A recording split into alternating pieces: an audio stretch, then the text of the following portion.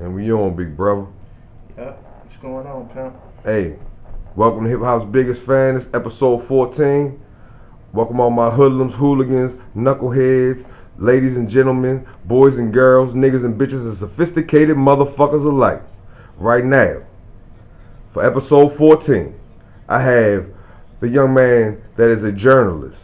He's a urban media consultant extraordinaire.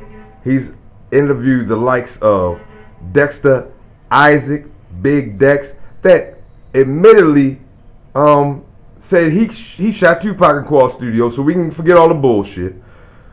He interviewed Haitian Jack, went to see this man, and countless others, but those were two of the biggest because I'm a Tupac fan and I'm hip hop's biggest fan, and those are two of the biggest that intrigue me the most, and he got them shits. And if you don't know, I'm talking about the Dribble himself, the real Gully TV, right here, live and direct from DC. No doubt. How you doing this evening, sir? Shout out to Hip Hop's biggest fan, man. I'm just glad to be in the building, man. What's dribbling? Man, what's dribbling is, I want to be honest with you, big brother. I want to thank you first and foremost.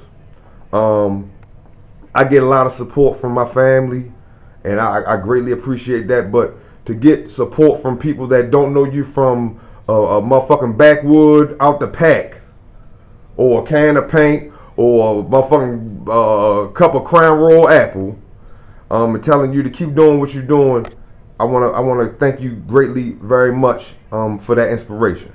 Oh yeah, man. It's only right.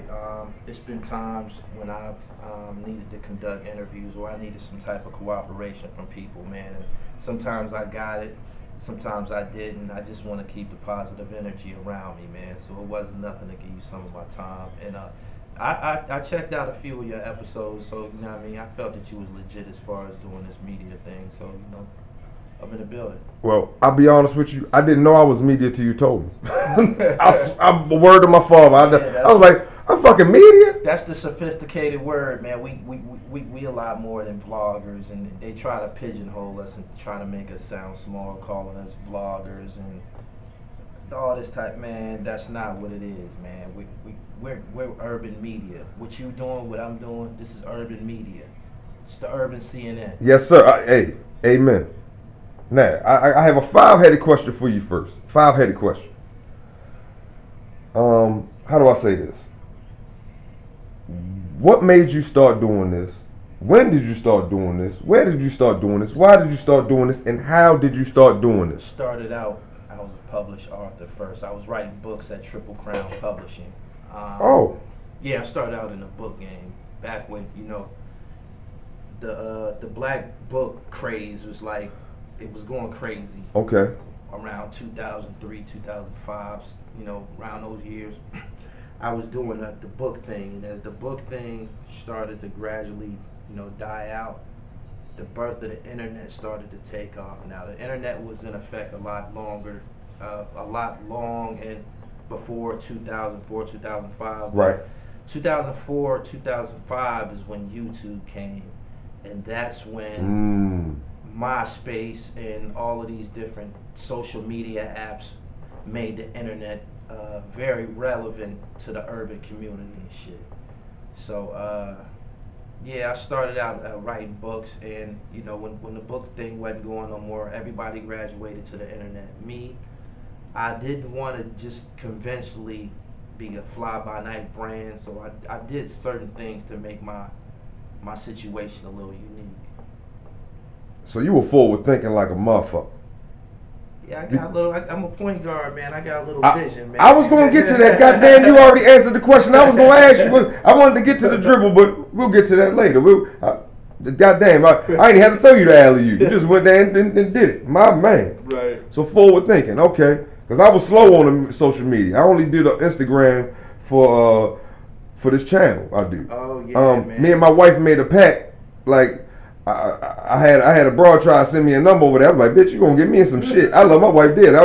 So we anyway. Right. My kids told me after I did it, like, you want to get people to watch your shit, you gotta get social media. So that's why I finally did it. But I understand what you're saying. Like MySpace and all of those things early on. This is probably even before Facebook was popping. Yeah. And it was definitely before Instagram. Probably even damn near before smartphones.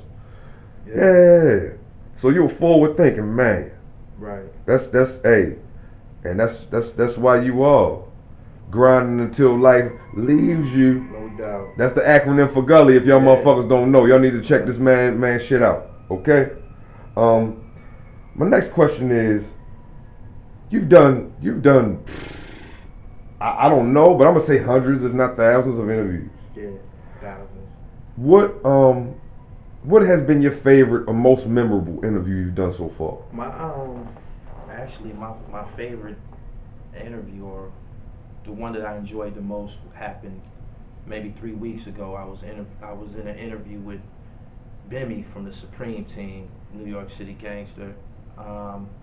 It was like I was kicking it with one of my elder homies in a barbershop. It was a real fluid conversation, informative.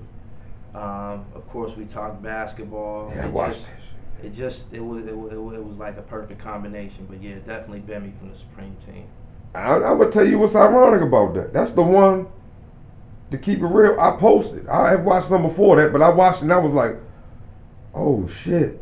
You know, he talking about LL Cool J stories. Man, look, y'all need to go on this man's channel. and he Bimmy talked to Gully about having LL Cool J rap in shop class in high school, and then the nigga never came back. Well, watch the rest of it on Gully TV. But that's what the one I posted it, and then you hit me, and I guess that's how we got here today. For whatever it's worth, I guess the creator is working, and I still thank you very much. To me, that's wow. That's how this thing come together, man. Wow. We gotta work with each other, man. That's why it's called the social media network. It's called the World Wide Web. You know what I'm saying? Because we all gotta stay. In order for this to function correctly, we all gotta stay working together. Amen. Hey, and for whatever it's worth, hey, I'm keeping real with y'all. I know this man is a very busy man, and he let me have a moment of his time this evening. I'm very appreciative, and it's just. I can't even, I'll be honest with you, big brother. I've seen enough of my life, I don't believe in coincidence. Okay. I would say, to me, I've seen enough where I believe in divine intervention, things of that nature, whatever you want to call it. But I've seen enough that, for me, everything's happened for a reason, one way or another, good, bad, or otherwise. And damn, it was just, that was a cold interview. It was. That was a cold interview. I didn't even expect that to be like that. I knew Bimmy off namesake. I knew who he was as far as his association with the Supreme Team. Lately, I've been doing a lot of the gangster style, informative interviews. Interviewing him, it wasn't like a gangster experience though. It was just like we were just kicking it. It felt like that. Yeah, it definitely felt like that. But saying that to say, I'll be honest. What kind of brought you in? Or had you start doing? I don't even want to call it gangster interviews. I feel these brothers are street soldiers, survivors, that had to do what they had to do at the time in the streets. Even to Bimmy, at points legitimized himself, was dealing with major big things. Even though in his past he did what he had to do. But what brought you to that element of? I'll be honest. Hold on. I mean to cut you off, but. I love like watching Godfather flicks and mob flicks and documentaries, American Gangster and things of them natures. But you go right to the source. Right. That TV shit is fabricated. Right. You talking to Dexter Isaac himself? Absolutely. Haitian Jack, him motherfucking self, Bimmy himself. Right. How did you get to that? Somebody told me that I got a style of questioning. That it disarms people. When I say it disarms people, I got a lot of questioning that could take the stigma out of some of the questions. Like I could get away with asking somebody a question that another person can't, just simply on the way that I present the question. You know what I'm saying? If you listen to me speak, I'm an eloquent speaker. Yes, you are. I try to keep it, basic. I try to keep lines of communication clear, and I think because of that, I've been embraced by clandestine society. It actually started out here in DC. I interviewed a brother by the name of Ears to Christ, and he's known in DC as Spark Ears, and he was friends with a guy by the name of Andre Tank Johnson, who was killed by Alpo. Oh. In Big Head Gary or something like that. But I covered that a couple of years ago, and it just blew up. And I did a part 2, and it blew up. And I said to myself, you kind of good at this. They start out like book reports, and that was something that I was always good at in school, doing a book report. These reports that I do with these gangsters, they essentially start out as book reports. Because I've been proficient at putting out these reports, my reputation has spread around to where I've become the go-to guy. Like amongst the gangster crowd, it's very generally known that if you want some media coverage, that I'm probably the platform that you want to do it on. I would say you and I want to ask this as well. You and Al Prophet, what is the connection with that? Because to what I watch, both of y'all get so I be like, man, how the fuck did they get this motherfucker? But I understand what you're saying. It's your line of questioning. It's your credibility, your connections. Just in my opinion, as far as I can tell. But I know y'all have a connection, you and Al Prophet, correct? I met Al actually from kind of being high profile on the internet. When I say high profile, I mean both of us were, kind of high profile on the internet, and I was always watching his material, and little did I know that he was watching my shit too. We encountered online some type of way, exchanged numbers. And I told him, I said, I'm going to fly out to LA and meet you. This was like maybe 2-3 years ago. And I went and met him. That's when I found out that he was a fan of my work. He was talking to me about my vlogs and shit like that. So, I'm basically having a one-on-one with a film director. Me and Al, we just kicking it, talking about history. Before Al started to do the gangster documentaries and things of that nature, he was shooting hip-hop videos in Detroit. So we had some mutual friends and shit. We could carry a conversation because of our mutual friends. And ever since then, it's kind of been like Al was somebody that I exchanged information with. We from 2 different walks of life. I've learned about independent distribution and shit like that through him. I've learned about the business aspect of the media game through Al. And what I bring to the table, Al might be trying to get in contact with somebody who's, in hip hop or or they could be a gangster. And if Al can't reach him, he will contact me and say, "Yo, do you know such and such? Or do you know how we can access such and such?" So it was like a peanut butter and jelly situation. We just went good together, and we've been working on projects. I would agree. And I would agree. It's almost became the natural thing to do, man. People actually request to see me and Al together and shit.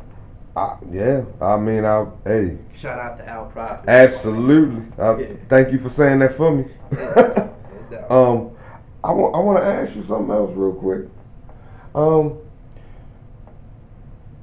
You gonna go to jail and interview Suge Knight? I would love to. Man, you gotta do that. My record is clean. I got ID. All I gotta do is get on the visitor list. I'm there. I ain't scared of the big nigga. I know. I know. I like to sit down and pick his brain, man.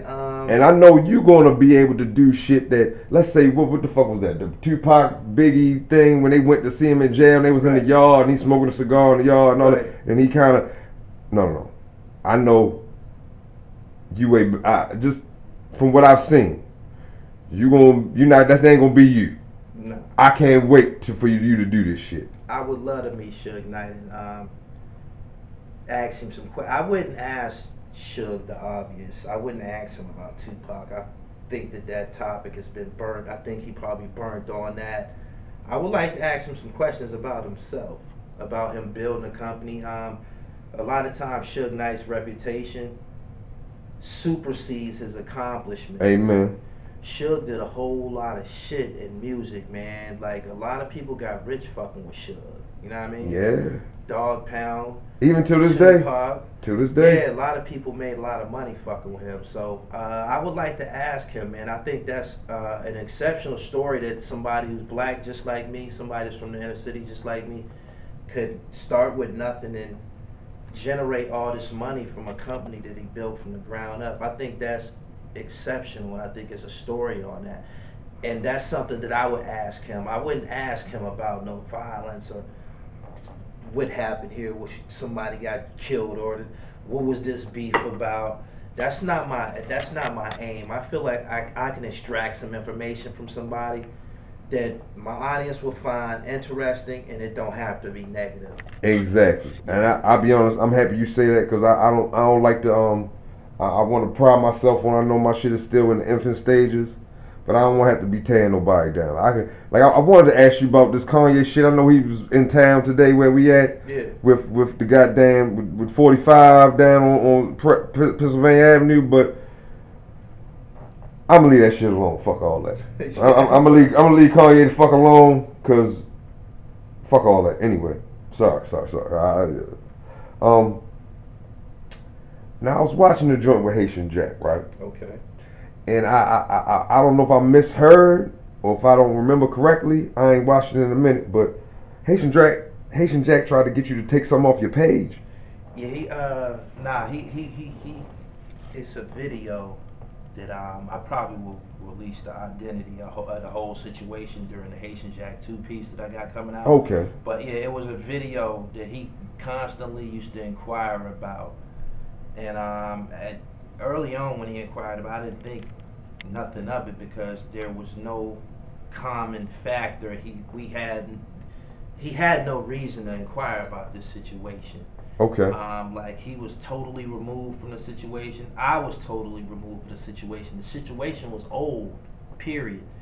And yeah, he just kept reaching at this specific video, and I had kind of like blowed him off whenever he brought it up. I was just kind of like, yeah, whatever, it would go away. But he kept bringing this shit back up. And make a long story short, he sent me a message, and he said some things that I didn't agree with. I didn't like the way that he was talking to me. I think that's something that I've been having to say reoccurring on a reoccurring basis lately. I don't like how you're talking to me. So that's just man to man, like just man to man. Amen. You know what I mean? And anybody should be able to respect that. You know what I mean? I didn't raise my voice. I'm not a female. You dig? So yes, sir. Yeah, he had an objective. I wasn't feeling it. And in my world, it's only gonna be my way. I don't give a fuck who you is. I don't give a fuck how many hammers you got, who you killed. Like, if you want to continue to maintain that type of order and reputation, you got to continue to kill. So get to it. You know what I'm saying? So and that is coming later. Part 2 to that is coming later. Because yeah. I'll be honest, I saw that and I was in there waiting like, well, that's why I had to ask. That it's coming, folks. Yeah, it's coming. Check for Gully TV, motherfucker. It's coming. The real Gully TV, YouTube channel, Instagram, Twitter. You dig? Okay. Let me see. What is your favorite era in hip hop? My favorite era? Oh shit. The 80s. The gold was referred to as the golden era. 87, 88, the year the Biz and Big Daddy and all of them came out. Okay. That hip hop just got accelerated during those years, man. I was a kid. I remember all of a sudden clothes and fashion became a really, really, really big deal, and it was because of the images that was being seen in these hip hop videos and shit. Oh yeah. So, yeah. Okay. Well, saying that to say, how do you feel about this year, 2018, in hip hop? Do you feel? I'll be honest with you. I kind of feel like we living through some level of history. We've had some great albums. I know that the market is flooded because people can put their stuff out so easily. But aside from that, how do you feel about this year, 2018, in hip hop? In totality, there's music that I hear, day to day on the radio or might see on TV that I might like it, but I haven't heard anything that's gonna stop me from listening to Mobb Deep from 1996. I can respect. You know what I mean? Like I'm still listening to Nas and the shit that I came up with. Amen. But as far as like right now, I think it's a void of originality. It was a point in time when I could just rapid fire name hip hop artists because they all stood out. They were all different. Wu-Tang was different. Tribe Called Quest was different. De La Soul was different, and these people didn't just rap different. They looked different. They dressed different. They had different lingo. Yes. And that's what made them so original. Now, there's not a lot of originality in music. If I can pretty much predict if a song's popping right now, it's gonna contain three things. They're gonna be talking about some gang shit, some gang shit or some blood shit. You know what I mean? It's gonna be that. Yeah, they've commercialized that. It's crazy. In a major way. It's crazy. Or it's gonna be talking about some drugs, Percocet, Molly Percocet. You know what I mean? Or let me see, gang shit, Molly Percocet. Or it might have some type of innuendo that have you questioning the author of the rhyme sexuality and shit. Straight up. Hey. I hear the you. Era that the you, era of music that I come from, it was just so much more authentic. I think it really mattered whether or not you was nice. Now, it's about can you make a song. It's not about you being nice. Yeah, because I don't think niggas are trying to flame each other on collabos no more. Like motherfuckers ain't trying to cut each other head off lyrically when they do a song. It don't sound like that. You don't even see and to further prove the point. You very rarely see posse cuts anymore where, like John Blaze back in the day where you had Pun and Fat Joe and Raekwon and Jada Kiss and Nas on the same song. Yeah. You don't really see that too much anymore, mainly because it might be hard finding some people who taking the culture that serious on that level. You know what I mean? You got some, Benny the Butcher. Man, hey, you turn me on to him. Salute Benny. Hey, bro. That a friend of ours. Yeah. I'm playing. I got that in the car right now. No doubt. Yeah, you put me on to that. I love. I put him on to you too when I tagged y'all. Yeah, you did. Yeah. If he was smart, you know what I mean, he would do an interview on your platform. Well, and I don't know what's up with a lot of guys like they. It's cool. We come to the DMV. I want to say in October. I figure try to catch him. I want to say he's gonna be somewhere near Howard. I want to say the middle of October, into like 25th something. I wanted to kind of do him like I did you. Like, okay, I seen it. I see you put out the promotion. Yeah, and you need to know that your platform is relevant too, even though you just now starting off. Your shit is relevant too, my nigga. Hey, bro. Straight up. Man, look, I'm so grateful, man. I mean, honestly, it's a pleasure and an honor. I don't want to hold up too much more of your time. I do want to ask you this: who is your favorite MC of all time? I'm gonna say this all the time. $500,000 from Brooklyn. He got killed. I think half passed away in like '99.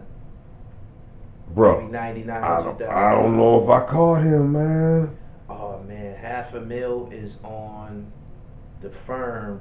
Oh, okay. He's on The Firm. He's on the last song on The Firm. He it's a song called Big Boys Play with Large Sums.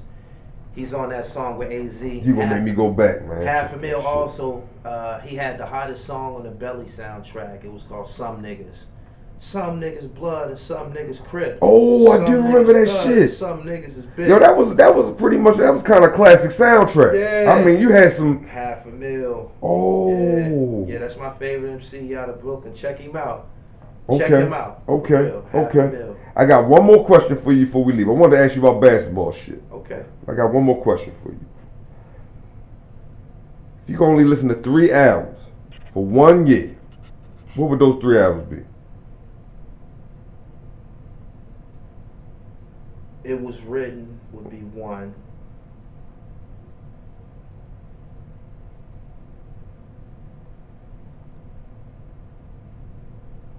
For whatever it's worth, I'm gonna keep it real. They ain't gotta all be hip hop. Cause I'm gonna just say this: You might need something for your lady. You know what I'm saying? I'm just for whatever it's worth. Okay. You know. Definitely. It was written, man. Is one of my favorite joints, man. Yeah, you said for a year. It was written. Only built for Cuban links. Purple tape, nigga. Yeah, and I would say whichever one of them blueprints by Jay-Z was a double disc. That was the second one. Okay, Okay, that was the second. That one right there. That double disc joint, I could definitely get a year in. Okay. Hey, yeah.